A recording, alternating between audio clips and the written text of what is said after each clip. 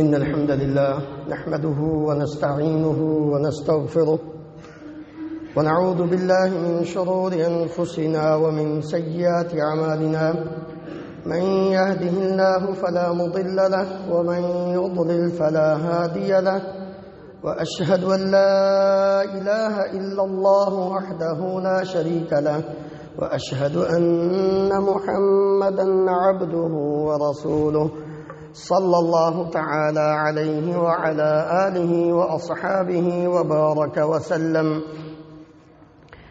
يا أيها الذين آمنوا اتقوا الله حق تقاته ولا تموتن إلا وأنتم مسلمون. يا أيها الناس اتقوا ربكم الذي خلقكم من نفس واحدة وخلق منها زوجها وبث منهما رجالا كثيرا ونساء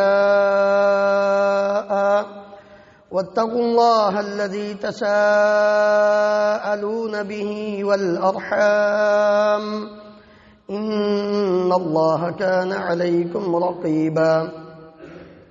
يا أيها الذين آمنوا اتقوا الله وقولوا قولا سديدا يصلح لكم أعمالكم ويغفر لكم ذنوبكم ومن يطع الله ورسوله فقد فاز فوزا عظيما.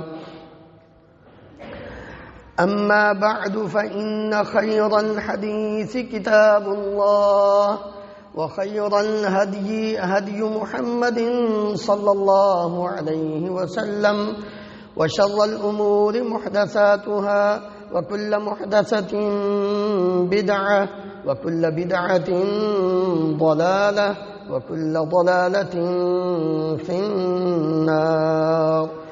رب اشرح لي صدري ويسر لي أمري واحلل عقدة من لساني يفقه قولي. اللهم انفعنا بما علمتنا وعلمنا ما ينفعنا وزدنا علما.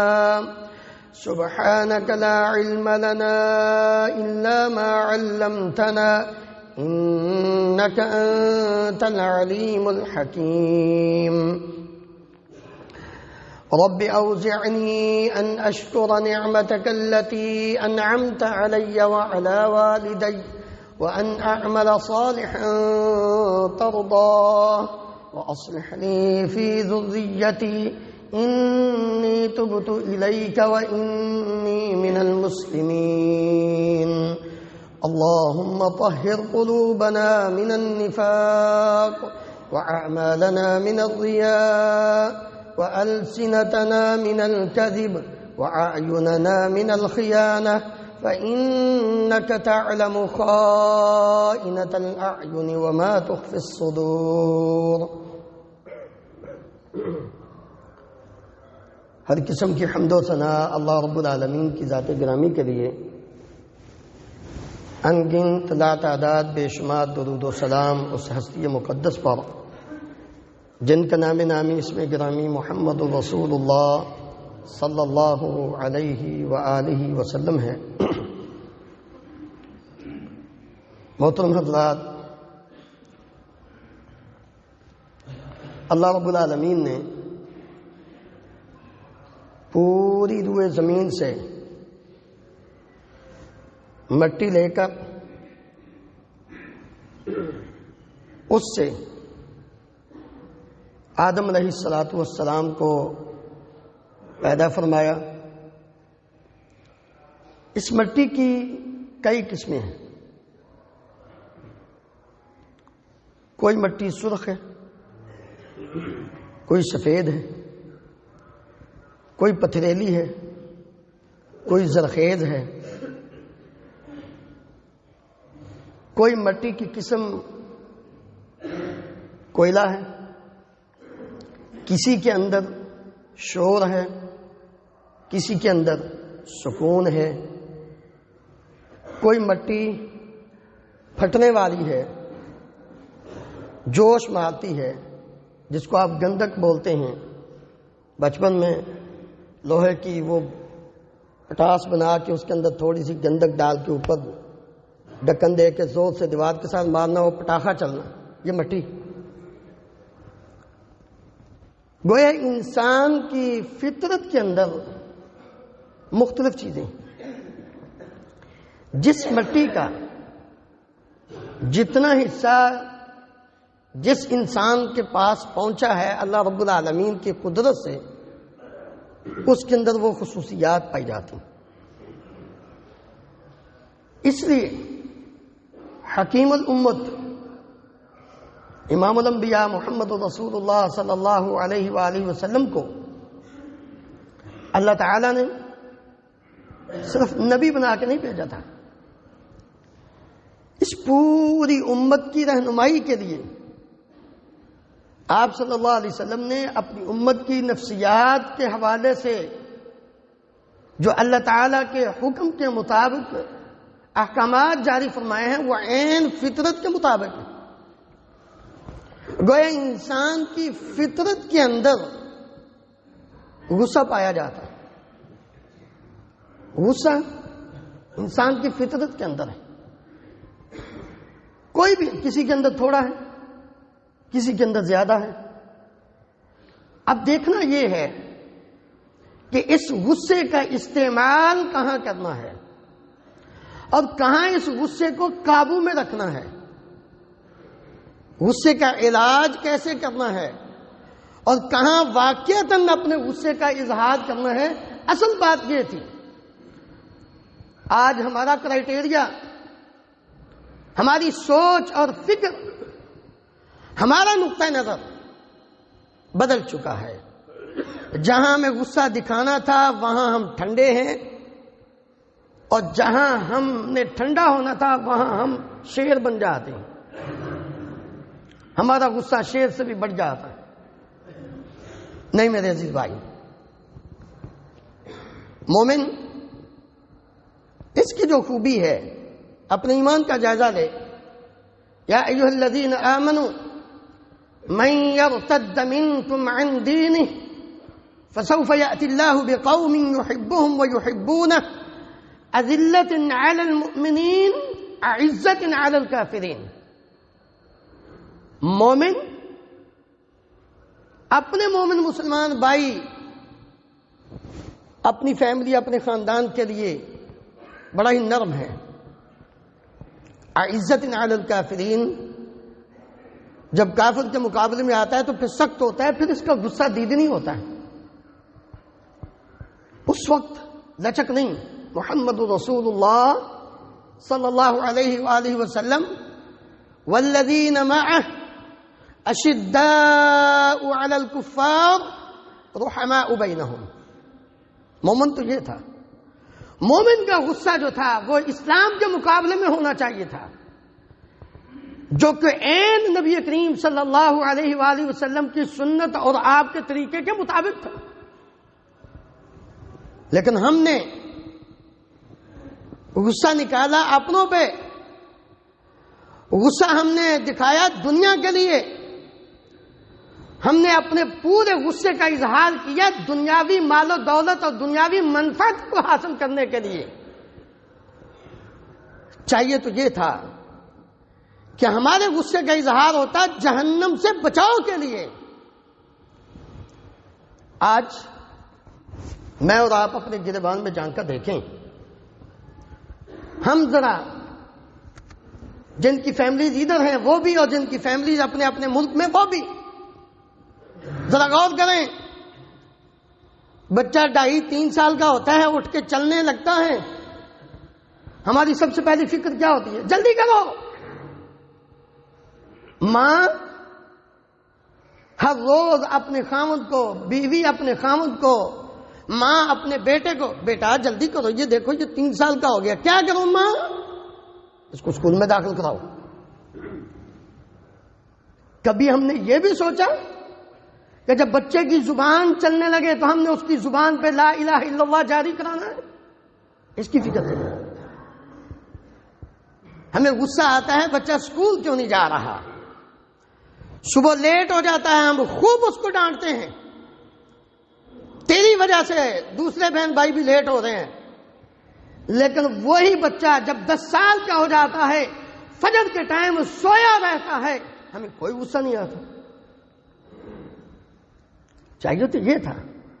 اللہ اکبر، کیا ہی خوب بات ایک اللہ والے نے کی۔ ایک عورت جاتی ہے، جا کر کہتی ہے میرا بیٹا صبح اٹھتا نہیں فجر کے لیے، آپ مجھے کچھ طریقہ بتائیے۔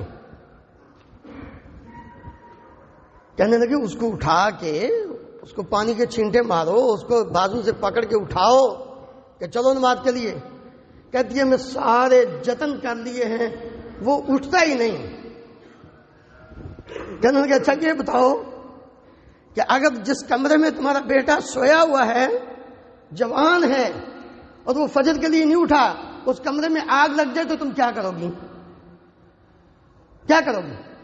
کہتی ہے میں جیسے تیسے اس کی ٹانگ سے پکڑ کر کھینچ کے گھسیٹ کر اس کو باہر لے کر آؤں گی تاکہ وہ بیٹا جل کر مر نہ جائے۔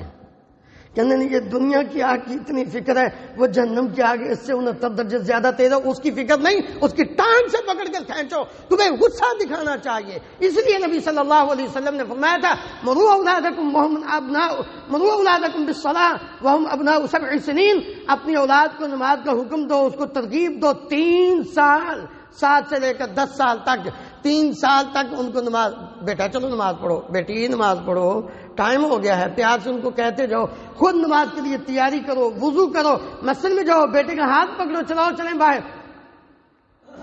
کبھی سوچے ماں اٹھ کر اگر ٹائم پہ نماز نہیں پڑھے گی تو بیٹی کو لاکھ کہتے رہو بیٹی کیسے نماز پڑھے گی؟ وہ کہ اماں تم تو پڑھتی نہیں، مجھے کیوں کہتی ہو؟ غصہ دکھاؤ۔ نبی صلی اللہ علیہ وسلم نے فرمایا لا تضع اصل ادب کا ڈنڈا لٹکا کے رکھو دروازے کے پاس، تاکہ باہر سے جو ہی بیٹا اور بیٹی گھر میں داخل ہو ان کو سامنے ڈنڈا نظر آئے، ان کو پتہ چلے کہ اگر اسلام کے مطابق زندگی نہ بدل کی تو ہمارا علاج ہو جائے گا، ہمیں مار پڑے گی۔ نہیں، فکر ہی نہیں۔ فکر اس بات کی ہے تیرے نمبر 90% کیوں نہیں آئے، اس بات کی بڑی فکر ہے۔ یہ فکر نہیں ہے کہ تو جہنم کی طرف جا رہا ہے، اس کو بچاؤ کے لیے بھی تو کوشش کرنا ہے۔ رسول اللہ صلی اللہ علیہ وآلہ وسلم نے غصے پر قابو پانے کے لیے فرمایا تھا غصے پہ قابو پاؤ، پہلوان بن جاؤ گے۔ اور اللہ رب العالمین نے جو سب سے پہلی بات کی نا وَلَا تَسْتَوِي الْحَسَنَةُ، یہ عام معاملات دنیا کے اعتبار سے ہے۔ وَلَا تَسْتَوِي الْحَسَنَةُ وَلَا السَّيِّئَةُ ادْفَعْ بِالَّتِي هِيَ أَحْسَنُ، بات ہو جاتی ہے مزاج کے خلاف بھی ہو جائے کوئی بات نہیں، تحمل سے قابو پا کے برائی کا بدلہ اچھائی سے دو۔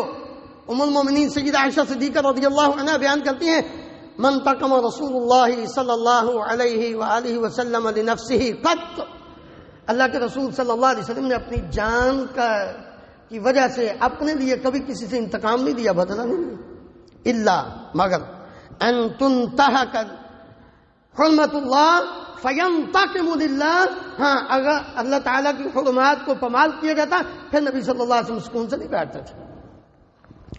جب بات توحید کی آ جاتی،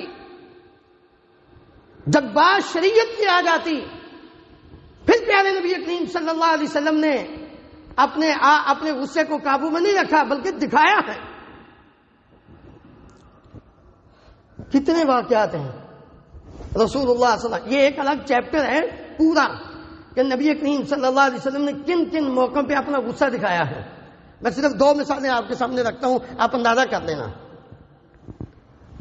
آج ہم نے دین کو کھلواڑ بنایا ہے، من مانی دین کی تشریح، من مانی دین کا مطلب ہم نے بیان کرنا شروع کیا۔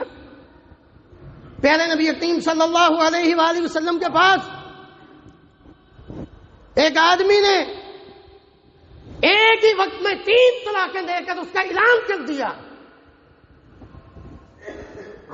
نبی کریم صلی اللہ علیہ وسلم نے اس کو سمجھایا کہ ابھی یہ ایک ہی ہے، جاؤ جا کے رجوع کرو، ایک حدیث میں۔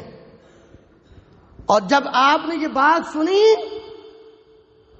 آپ فوراً کھڑے ہو گئے، ما بال اقوام، کیا ہو گیا لوگوں کو، یلعبون بکتاب اللہ، یہ اللہ کی کتاب کے ساتھ کھیل رہے ہیں، وَأَنَا بَيْنَ أَظْهُرِكُمْ، میں ابھی تمہارے اندر موجود ہوں، یہ حالت ہے تمہاری.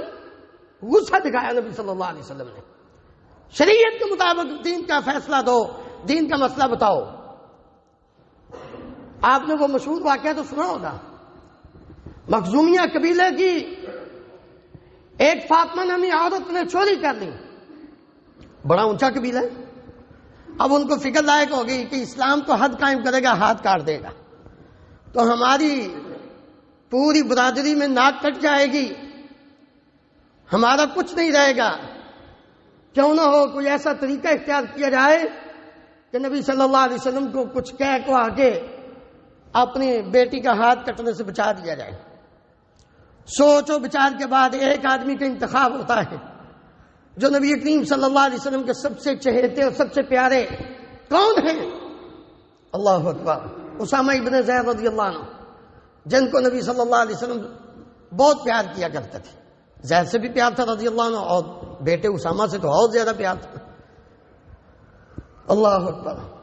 اسامہ، ہاں جی کیا بات ہے یار، آپ نا نبی صلی اللہ علیہ وسلم کے پاس جائیے، جا کر ان سے بات کیجئے کہ اللہ کے رسول یہ مخزومیہ ہماری بیٹی نے چوری کر لی ہے، تو آپ کو دیت وغیرہ لے کر نہ ان کو دے دیں ان جن کی چوری ہوئی ہے، لہذا ہماری بیٹی کا ہاتھ نہ کاٹا جائے. اچھا جی. اسامہ رضی اللہ عنہ جاتے ہیں، نبی صلی اللہ علیہ وسلم سے بات کرتے ہیں. حدیث کے الفاظ سنیے. نبی صلی اللہ علیہ وسلم نے اسامہ کی بات سن کے آپ کا چہرہ مبارک سرخ ہو گیا، غصہ آیا. آپ صلی اللہ علیہ وسلم نے اسامہ کو مخاطب کر کے فرمایا، اسامہ اتشفع فی حد من حدود اللہ، اسامہ کیا تم اللہ کی حدود میں سے ایک حد کے بارے میں مجھ سے سفارش کرنے کے لیے آئے ہو؟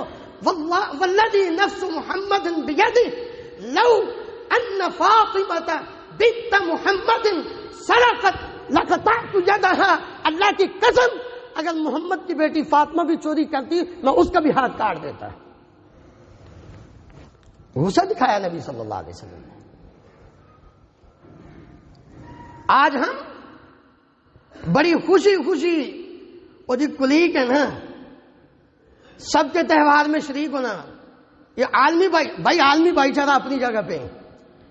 جب دین کی بات آئے پھر کوئی عالمی بھائی چارہ نہیں.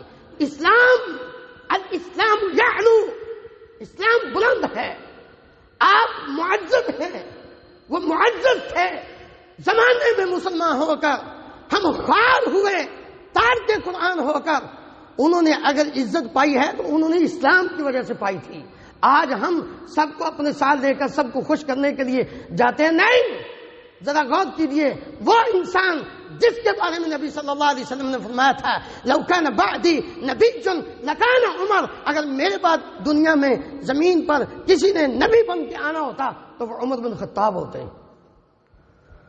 ہاتھ میں تورات کا پیپر پکڑا ہوا ہے، تورات پڑھ رہے ہیں. نبی کریم صلی اللہ علیہ وسلم نے دیکھا کہ عمر کیا پڑھ رہے ہیں تورات، چہرہ سرخ ہو جاتا ہے، غصے میں آ جاتے ہیں. نبی کریم صلی اللہ علیہ وسلم ابوبکر صدیق رضی اللہ عنہ پاس ہی کھڑے ہیں، کہتے ہیں عمر ثقلت کا ام کا یا عمر تیری ماں تجھے گم پائے. نبی صلی اللہ علیہ وسلم کے چہرے کی طرف تو دیکھتے ہیں تو خوف زدہ ہو کے رضیت باللہ ربا وبالاسلام دینا وبمحمد صلی اللہ علیہ وسلم نبیا. بار بار ان الفاظ کو دہراتے ہیں. رسول اللہ صلی اللہ علیہ وسلم کا غصہ ٹھنڈا ہوتا ہے تو آپ کیا فرماتے ہیں؟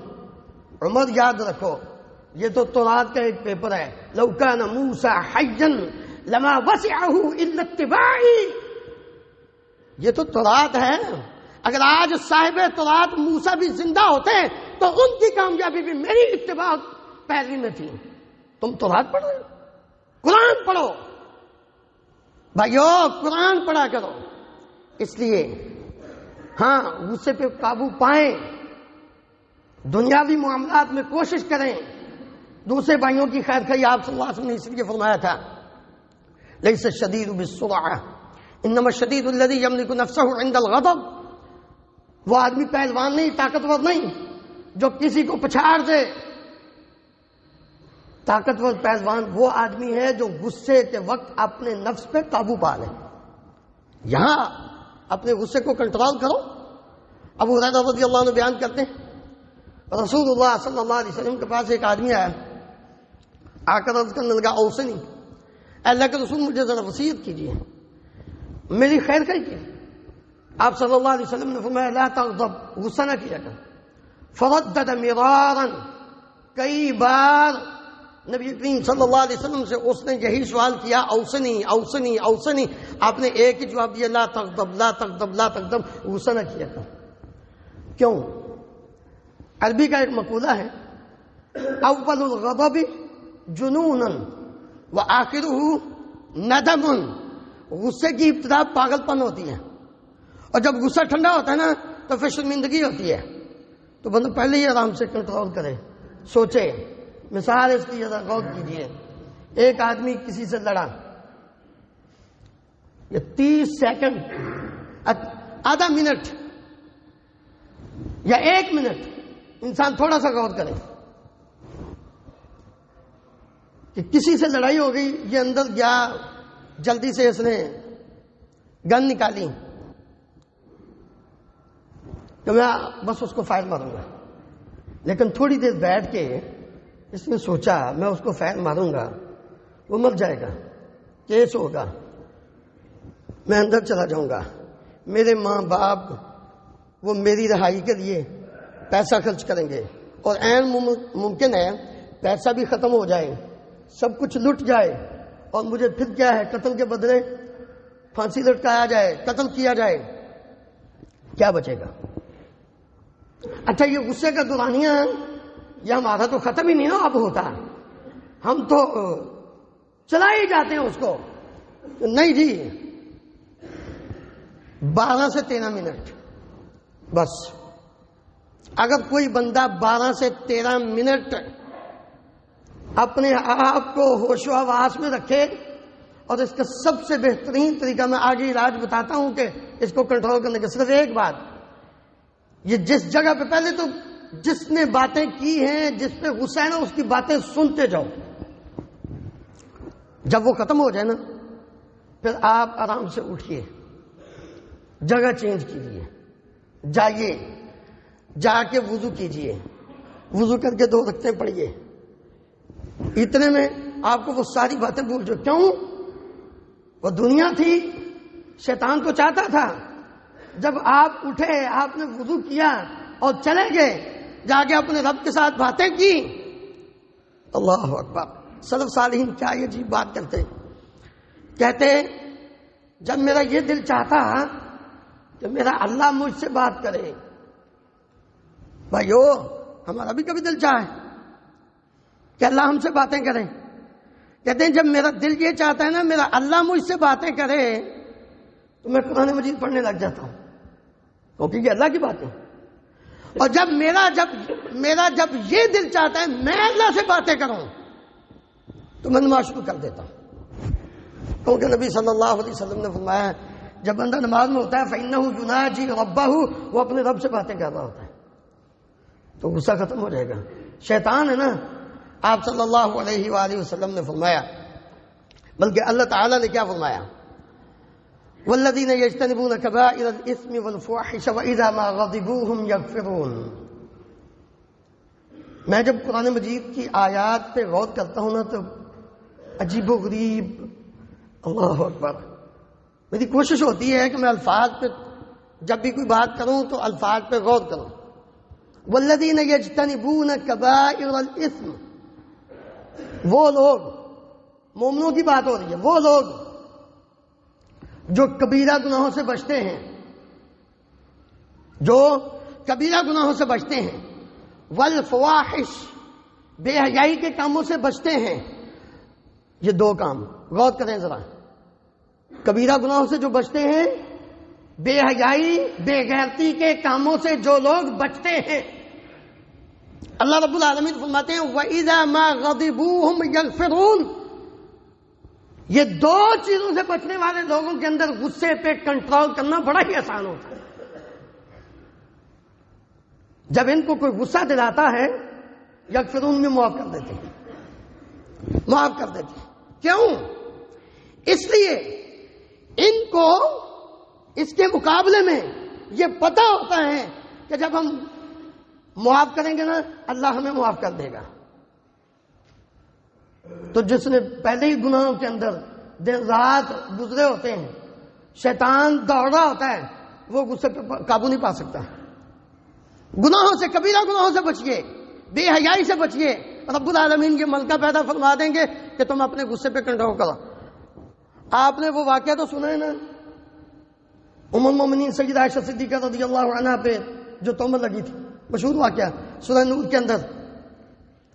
جی نبی صلی اللہ علیہ وسلم نے بھی 1 مہینہ حضرت عائشہ سے دوری اختیار کی، وہ اپنے ماں باپ کے گھر چلی گئی، بڑا کٹھن بدل رہا تھا۔ نبی صلی اللہ علیہ وسلم بھی پریشان، حضرت عائشہ بھی پریشان، ابوبکر صدیق رضی اللہ عنہ بھی پریشان، جن کی بیٹی تھی۔ آپ کو یاد ہوگا ابوبکر صدیق رضی اللہ عنہ نے کیا کہا تھا؟ حسان بن ثابت، مصطح بن اثاثہ، یہ مصطح ان کی کفالت میں تھے، ان پہ خرچ کیا کرتے تھے۔ ابوبکر صدیق رضی اللہ عنہ نے اس دن قسم کھائی آج کے بعد مصطح کا خرچہ بند۔ ہم بھی ایسے کرتے ہیں نا، کسی کے ساتھ تعاون ہو رہا ہو، جب وہ ہماری عزت پہ حملہ کرے، اچھا چلو پھر آج کے بعد بند، جاؤ جہاں سے دل چاہتا ہے۔ اللہ اکبر۔ ابوبکر صدیق رضی اللہ عنہ نے قسم اٹھائی کہ آج کے بعد مصطح پہ خرچ نہیں کرنا۔ اتنا غصہ آیا، اللہ رب العالمین نے کیا فرمایا؟ وَلْيَعْفُوا وَلْيَصْفَحُوا وَلَا يَأْتَلِ أُولُو الْفَضْلِ مِنْكُمْ وَالسَّعَةِ أَنْ يُؤْتُوا أُولِي الْقُرْبَى۔ جن کو اللہ تعالیٰ نے مال و دولت دیا یہ قسمیں نہ کھائیں کہ اپنے قریبی رشتہ داروں پہ خرچ نہیں کریں گے۔ وَلْيَعْفُوا وَلْيَصْفَحُوا، معاف کر دیں، درگزر کر دیں۔ اور ساتھ کیا فرمایا؟ أَلَا تُحِبُّونَ أَنْ يَغْفِرَ اللَّهُ لَكُمْ، تمہیں یہ بات پسند نہیں کہ اللہ تمہیں معاف کر دے؟ اور وہ صدیق رضی اللہ عنہ نے فوراً اپنے غصے پہ کنٹرول کر کے جو قسم کھائی تھی اس کا کفارہ دیا، اور اسی وقت فرمایا بلا یا اللہ، یا اللہ کیوں نہیں، میں تو چاہتا ہوں میرے گناہ معاف ہو جائیں۔ فوراً غصہ ختم اور مصطح پہ اسی طرح ہی خرچ کرنا شروع کر دیا۔ اللہ رب العالمین نے فرمایا کہ یہ بڑا ہمت کا کام ہے جب انسان غصے پہ کنٹرول کرتا ہے۔ وَلَمَنْ صَبَرَ وَغَفَرَ إِنَّ ذَلِكَ لَمِنْ عَزْمِ الْأُمُورِ، جو صبر کرتا ہے اور اپنے غصے پہ کنٹرول کرتا ہے یہ بڑا ہی ہمت والا کام ہے۔ اور یہی چیز انسان کی جو دشمنی ہے اس کو دوستی میں بھی بدل دیتی ہے۔ وَلَا تَسْتَوِي الْحَسَنَةُ وَلَا السَّيِّئَةُ ادْفَعْ بِالَّتِي هِيَ أَحْسَنُ فَإِذَا الَّذِي بَيْنَكَ وَبَيْنَهُ عَدَاوَةٌ كَأَنَّهُ وَلِيٌّ حَمِيمٌ، اہل جنت جن کی یہ تڑپ ہوتی ہے کہ ہمیں جنت مل جائے، اللہ رب العالمین نے ان کی خاص کر یہ 2 صفتیں بیان کی ہیں۔ وَالْكَاظِمِينَ الْغَيْظَ وَالْعَافِينَ عَنِ النَّاسِ، غصے کو پی جاتے ہیں اور لوگوں کو معاف کر دیتے ہیں۔ نبی کریم صلی اللہ علیہ وسلم نے فرمایا اگر دنیا میں آپ لوگوں کی تربیت کرنا چاہتے ہو تو یاد رکھو اپنے غصے پہ کنٹرول کر کے نرمی سے تربیت کرو۔ نرمی کی وجہ سے لوگ سیدھے راستے پر آ جاتے ہیں۔ تربیت کے اندر غصہ نہیں دکھایا نبی صلی اللہ علیہ وسلم نے، جہاں ضرورت ہے وہاں دکھاؤ۔ جیسے میں نے ابتدا میں نماز کے حوالے سے دیگر باتوں کے حوالے سے بات کی ہے، وہاں ٹھیک ہے، لیکن جہاں تربیت ایک بندہ اس کو پتہ ہی نہیں اور آپ اس پہ غصہ کریں گے وہ بدعت جائے گا، بھاگ جائے گا۔ نبی صلی اللہ علیہ وسلم کی مسجد کے اندر، مسجد نبوی کے اندر ایک آدمی آیا اور ایک کونے میں بیٹھ کر اس نے پیشاب کرنا شروع کر دیا۔ بال اعرابی فی المسجد فقام الناس الیہ، لوگ کھڑے ہوئے بھاگ کر اس کو مارنے لگے۔ آپ صلی اللہ علیہ وسلم نے فرمایا دعوہ، چھوڑ دو اس کو، وعلیکم علی بولہ سجلا من ماء، جہاں اس نے پیشاب کیے ایک ڈول پانی کا بہا دو۔ اور آپ صلی اللہ علیہ وسلم نے فرمایا فإنما بعثتم ميسرین لم تبعثوا معسرین، تمہیں تو آسانیاں پیدا کرنے والا بنا کر بھیجا گیا ہے۔ اس کے اندر بڑی حکمتیں۔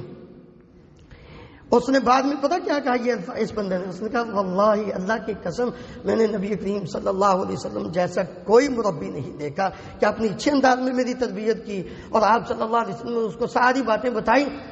کیوں آپ نے منع کیا؟ 2، ایک تو اس کی رہنمائی اچھے طریقے سے وہ سمجھ جائے مسئلے کو، اور دوسرا اس لیے کہ دوران پیشاب اگر آپ اس کو روکتے ہیں تو اس کے جسم کے اندر کئی قسم کی بیماریاں لگ سکتی تھیں۔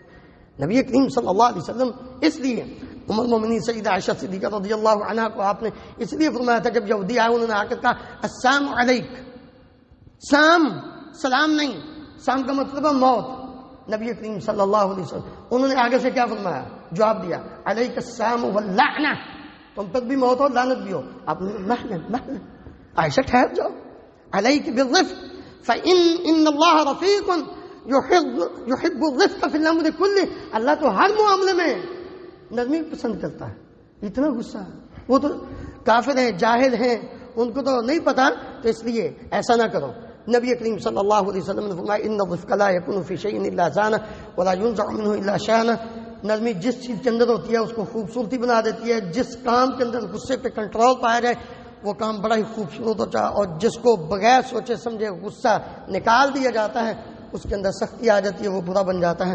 اللہ رب العالمین ہم سب کو اپنے غصے پہ کنٹرول کر کے زندگی بسر کرنے کی توفیق عطا فرمائے.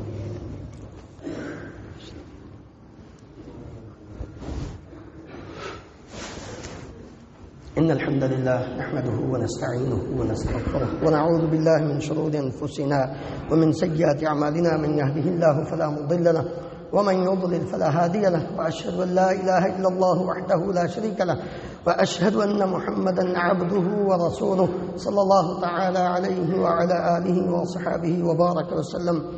میرے عزیز بھائیو، غصے پہ کنٹرول کرنے کا سب سے بہترین اور سب سے اچھا عمل جو نبی کریم صلی اللہ علیہ وسلم نے ہمیں بتلایا ہے وہ یہ ہے کہ جب کسی پر غصہ آئے دنیاوی اعتبار سے تو وہ آدمی فوراً اعوذ باللہ من الشیطان الرجیم پڑھے.